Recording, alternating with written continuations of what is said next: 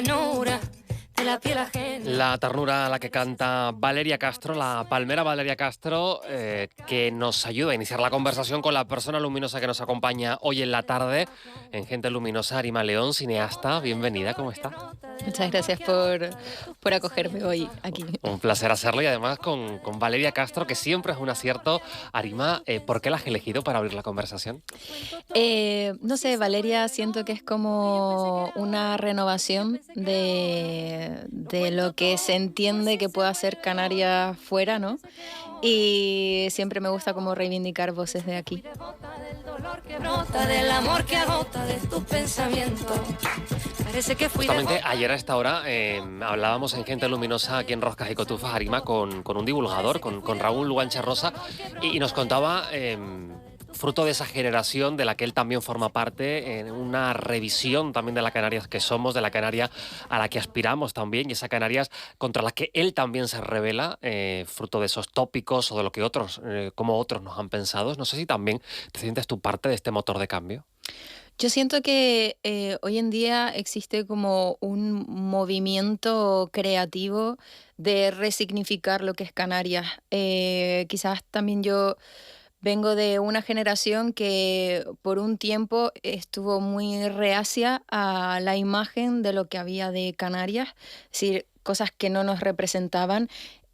Como puede ser pues, una pintadera, un timple, unas chácaras o la masificación del turismo. O sea, había como muchas versiones de una Canarias que en muchos aspectos no nos representaba.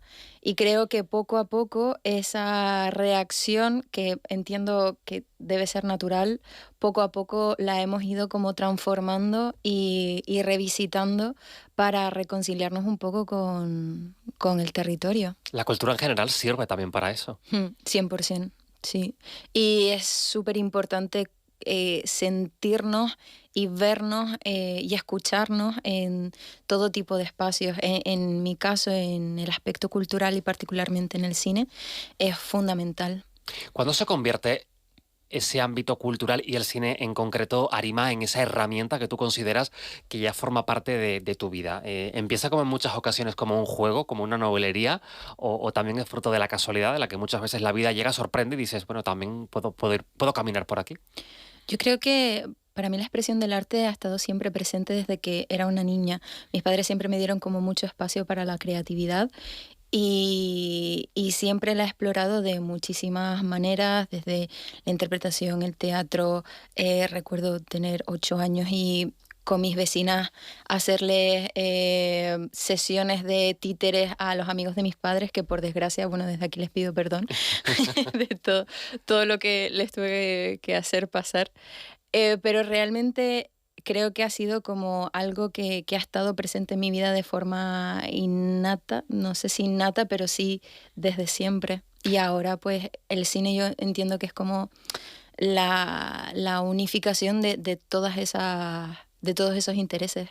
Conforme uno va creciendo también y fruto de la propia vida va dibujando un paisaje, ¿no? De lo que, pues antes hablamos de lo que es Canarias, de lo que es ese entorno, esa memoria situada de la que muchas veces también ha hablado la abogada gitana Pastora Filigrana, ¿no? Somos lo que somos y hacemos lo que hacemos porque venimos de donde venimos.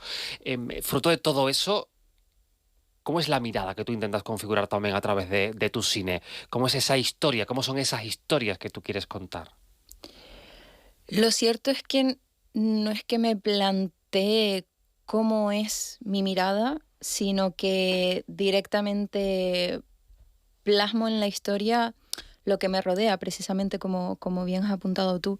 Pero sí que no me planteo que yo tenga una mirada específica al concreto. Creo que eso es como un ejercicio que debe hacer alguien de fuera, pero no tanto como, porque creo que eso también limitaría cómo quiero contar las cosas, porque limitaría la manera en la que presentarme ante el hecho creativo y a la posibilidad del error, a la posibilidad de la experimentación también. No sé quién soy a nivel creativo todavía. Tomate canario, Cortometraje que lleva tu firma, que lleva tu idea. ¿Qué supone en esa creación y en esa mirada también en un elemento clave también de lo que es Canarias? Hablamos de ese tomate, ese cultivo. Esto también nos ayuda a configurar un sector. Justamente antes de llegar a las 4 de la tarde hablamos del sector rural y lo que supone también a la manera de ser, de expresarse, para establecer las relaciones de poder y los roles. ¿Qué supone este cortometraje para ti?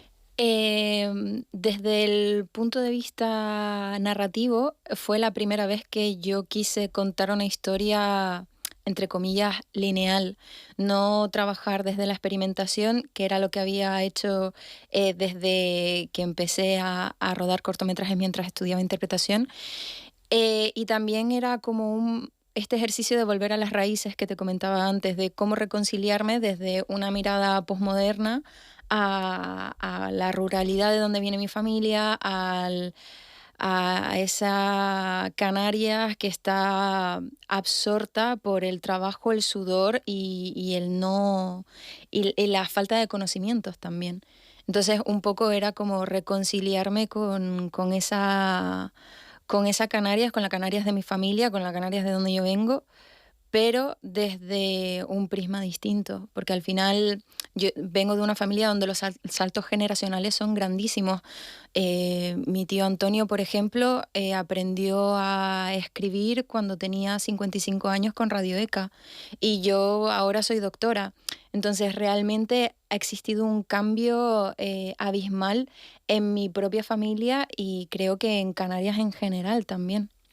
Las referencias también de cómo nos cuentan en el cine y esas realidades que parece que solamente existen si se dibujan ahí, ¿no? Esto además, si hablamos, por ejemplo, de las realidades LGTBIQA+, venimos de una época en la que era un auténtico desierto, ¿no? Esas representaciones o muy estereotipadas también a la hora de configurar realidades. ¿Esto se va rompiendo? No lo sé.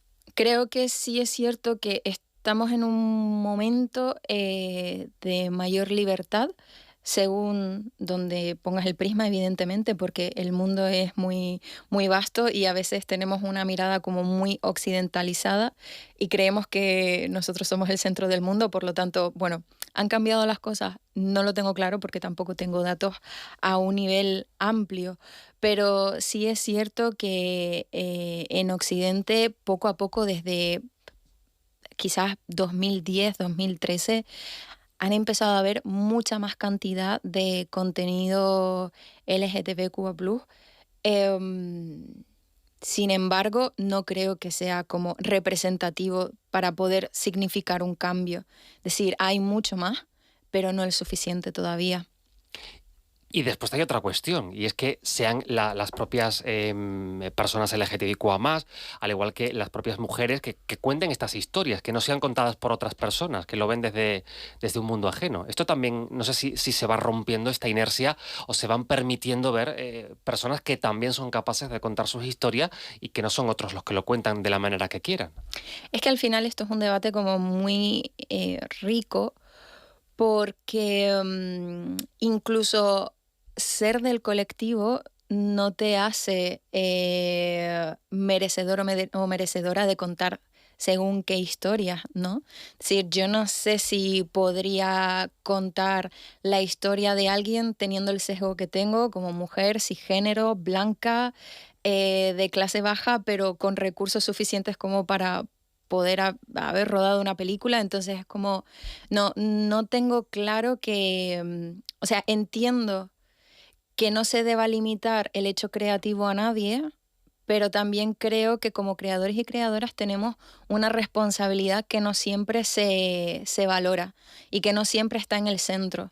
Y también hasta qué punto tú te apropias de la narrativa de otras personas, de otras realidades, de otros conflictos, para tú enriquecerte por tu beneficio personal. Hasta qué punto ese interés por el otro, por la otredad, realmente es genuino y comprometido para con lo que estás contando.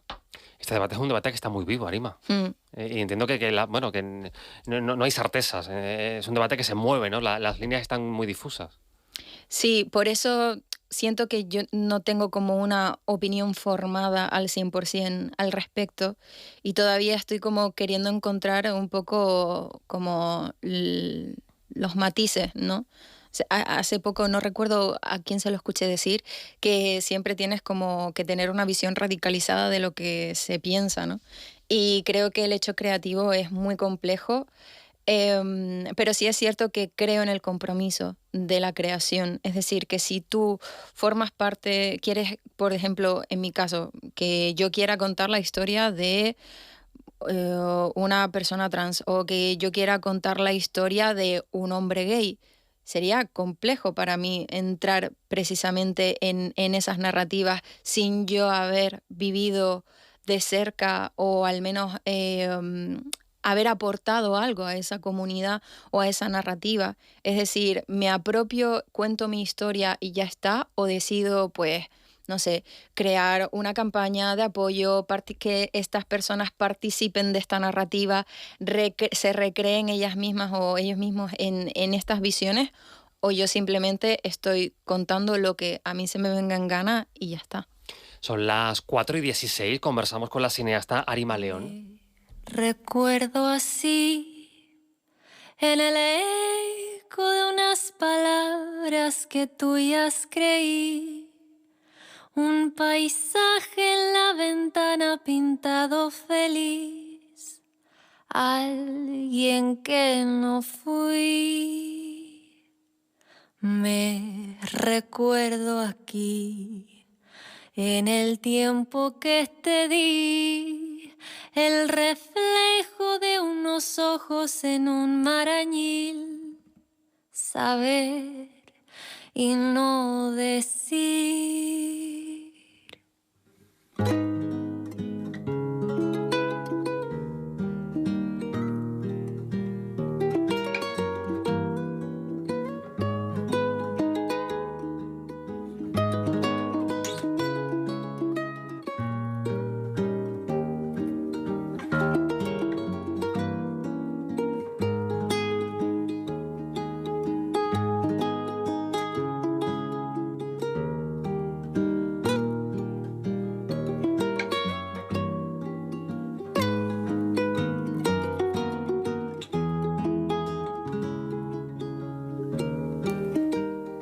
Arima, ¿por qué has elegido esta segunda canción? Silvia Hernández estudió conmigo el máster de cultura audiovisual y luego hicimos juntas el doctorado. Y me parece siempre como esta visión perfecta de la unión entre la música y la literatura. Y nosotras siempre bromeamos que somos afines a la tristeza y sus canciones siempre conjugan esta visión de una Canarias triste que yo la comparto al 100%. Lleva el sonido del llanto que me arrulló siendo niña. Lleva el sonido del llanto que me arrulló siendo niña. Escuchamos este aire de Lima de Silvia Hernández y además tirando un poco por lo que dices y esa afinidad a la tristeza o esa Canarias triste, ¿dirías que el archipiélago vive en una malagueña permanente? Yo hace tiempo que estoy repitiendo una frase que me dijo un profesor de literatura canaria cuando estaba en el instituto, y es que el himno de Canarias es una rorró porque quieren al pueblo canario dormido, ¿no? Entonces, sí, creo que esta visión herida de Canarias creo que es una constante, sobre todo porque al final tiene una herida histórica que eso no se ha sanado ni creo que se pretenda sanar nunca. Al final, las heridas siempre están supurando y ahí es donde, en ese dolor es donde yo encuentro cierta, ¿cómo decirlo? Conexión, ¿no?, con el territorio. ¿Y hay algún antídoto que se pueda plantear para esa herida que atraviesa el archipiélago? La conciencia, pero eso es muy complicado. Nada más y nada menos. Sí, sí, porque al final un poco entiendo que por hartazgo, por esperanza, se compran narrativas que al final no tienen que ver con la realidad, sino con lo que se pretende ser y contar. Arima León es cineasta, estamos conversando con ella y además pues está recién salida del horno ese proceso de llevar a cabo el rodaje de la que va a ser una película muy especial para ti, tal vez. ¿Por qué es tan especial? ¿Qué significa tal vez para tu trayectoria? Tal vez es el culmen de 7 años y medio de trabajo que me han llevado a transformarme como cineasta, que me han llevado también a conocer muchísimo sobre una Canarias que tenía completamente descuidada y también una visión de, una oportunidad, mejor dicho, de poder representar lo que siento que soy, lo que siento que son muchas personas que me rodean. Que refleja esa historia, la unión real, el encuentro real entre Natalia Sosa y Pinito del Oro a finales de los 60, en 1968, si no me falla. Sí, exacto. En 2017 recuerdo que estábamos en la biblioteca con una amiga y les decía, ay, ojalá hubiese alguna escritora tomboy, lesbiana súper interesante, que escriba bien, que sea canaria. Y claro, yo pensaba que esto era como una suerte de utopía hasta que Tamara me enseñó una foto de Natalia Sosa y empecé a investigar sobre ella y su vida me pareció absolutamente fascinante y su literatura muchísimo más. O sea, como conectaba precisamente con ese dolor, con ese rechazo y con esa incapacidad de sentir felicidad, ¿no? Y además con unas cartas también que forman parte de toda la narrativa, unas cartas que ya se dirigieron, se escribieron, se intercambiaron a lo largo de toda su vida. Sí, ese capítulo epistolar forma parte de un libro que Natalia publicó en 1996, que de hecho Pinito del Oro participó en la presentación del libro. Y fue un intercambio de cartas durante 10 años. Ellas continuaron su amistad y bueno, los sentimientos fueron bastante intensos, mucho más que una amistad. Y en ese proceso descubres y redescubres, entiendo, episodios de otra Canarias que, como tú decías antes, Arima, no tenías igual tanta conciencia. Realmente no tanto de una Canarias de la que no tenía conciencia, porque al final estoy contando la historia desde una visión de una suerte de burguesía artística, que es a la que siento que pertenecía Natalia, no verdaderamente con grandes recursos económicos, pero sí con una capacidad de desarrollo mucho más grande de lo que había en la Canarias rural, ¿no? Que era el gran porcentaje de lo que era Canarias en esa época. Pero sí es cierto que investigar a Natalia me permitió también llegar a otras figuras que yo desconocía por completo, como Yolanda Graciani, Jane Millares. También descubrí cómo estaba el psiquiatra Rafael O'Sanahan, que fue quien trató a Natalia, quien trató al padre de Natalia, que también fue poeta, Juan Sosa Suárez. Y descubrí que es que O'Sanahan también había ayudado en periodos de depresión a Jane Millares y a Yolanda Graciani. De hecho, Yolanda Graciani en una entrevista me contó que ella empezó a pintar por recomendación de Rafael O'Sanahan. Entonces me pareció como muy interesante que en una época en la que a las mujeres básicamente se les dormía a base de sedantes, este hombre tuvo la visión de crearles un camino, ¿no? Desde la creatividad. El sector del cine no se escapa tampoco, Arima, a los abusos, hacia las violencias contra las mujeres de muchísimas formas. Abríamos el programa hablando de los datos de violencia de género y la magistrada auxiliadora ya nos recordaba todas las caras, todas las formas que atraviesan las violencias contra las mujeres, hacia las mujeres. Precisamente Sima analizaba y presentaba un informe hace muy poco en el sector de la comunicación y del cine. Más de un 60% de las mujeres del sector ha sufrido violencia sexual, aunque solo unos pocos han sido denunciados de todos estos casos. Todavía queda internamente que hacer ese trabajo, no sé si más o menos que del que se tiene que hacer en el resto de la sociedad. La violencia es una plaga, entonces es muy complicado quitársela de encima.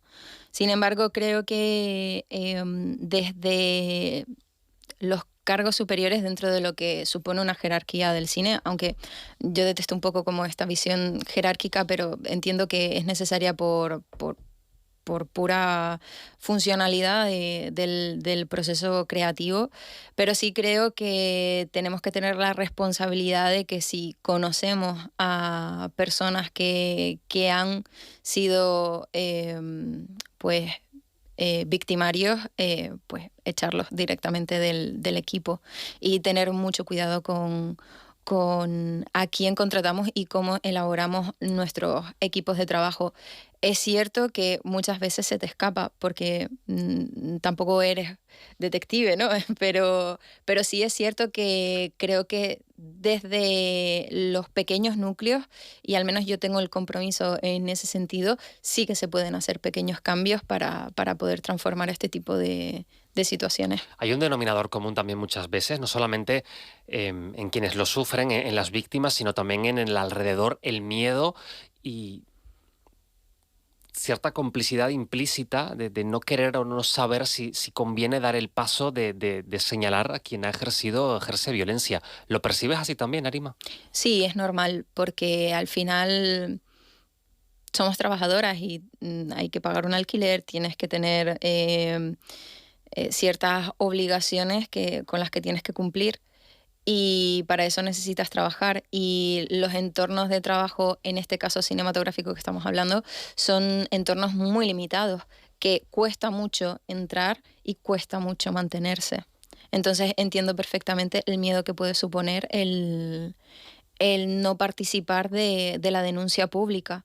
E incluso sí puedo entender la denuncia pública y también puedo entender que no denuncien judicialmente, porque eso también supone otro recorrido de violencia que es bastante grave. Y no resta tampoco credibilidad a la víctima. En Vamos absoluto. a recordarlo por si hay alguna duda. En absoluto. Yo misma también he estado en situaciones, envueltas en situaciones de violencia en el entorno laboral, y después decidir, porque me lo podía permitir, no participar en proyectos de teatro o en proyectos de cine donde estas personas estaban, o donde personas que yo conocía que habían cometido algún tipo de delito sexual habían estado. Pero claro, no siempre se tiene ese privilegio y es absolutamente comprensible. ¿Llegará un Me Too también aquí en Canarias?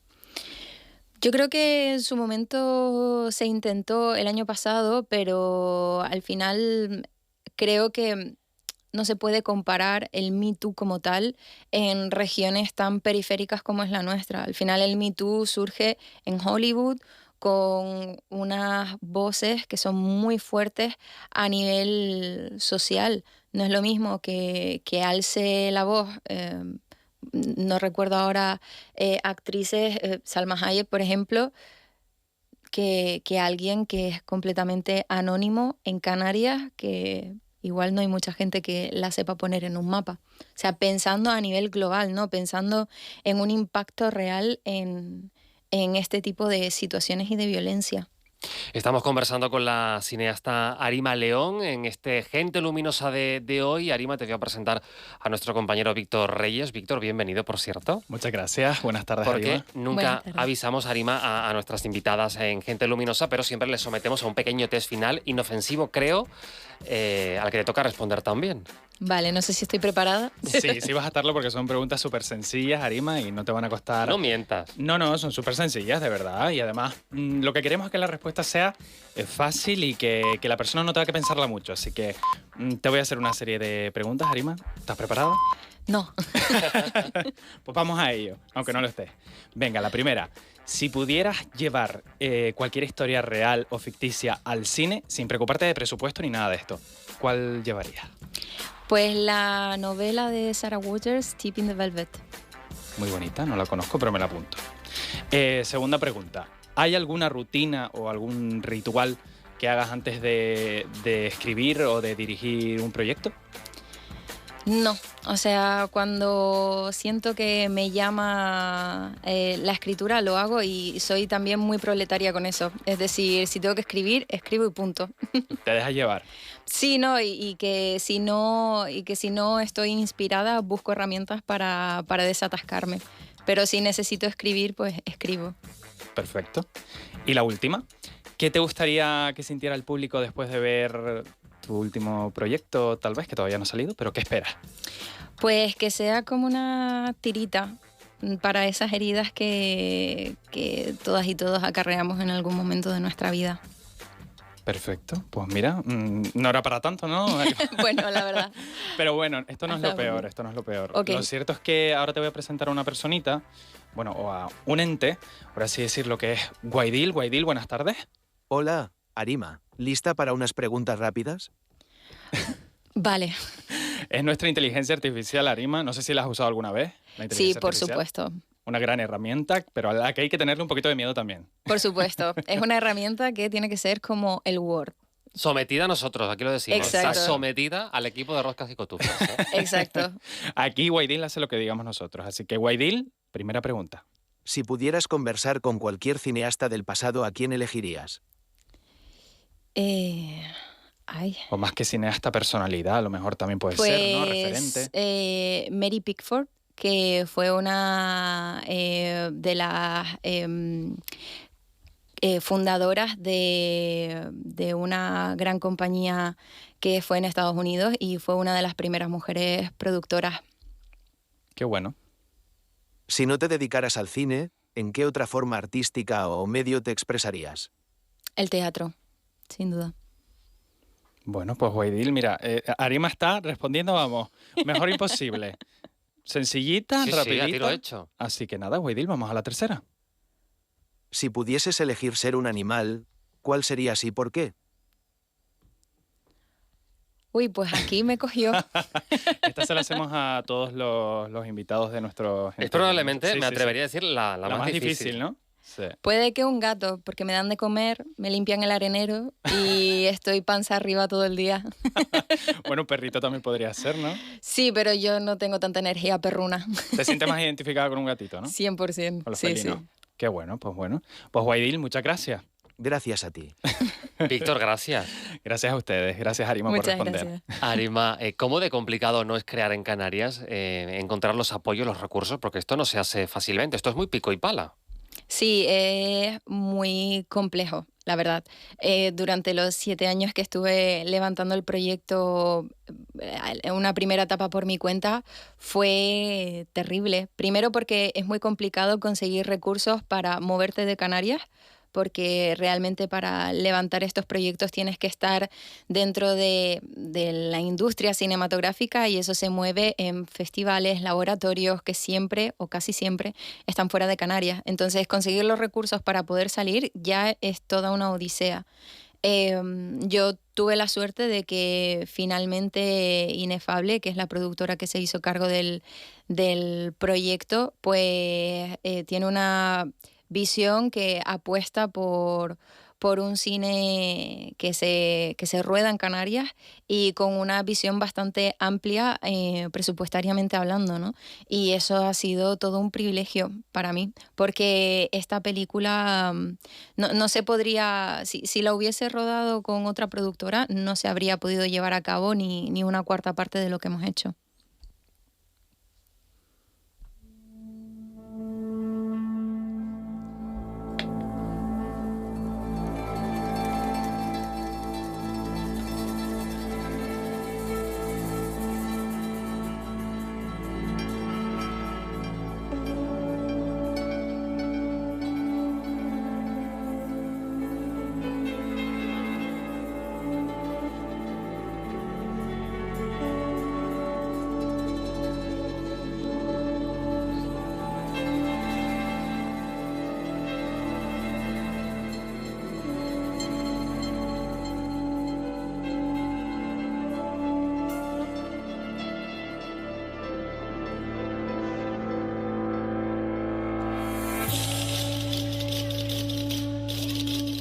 ¿Por qué acabamos con esta canción, Arima, con este sonido que nos traes?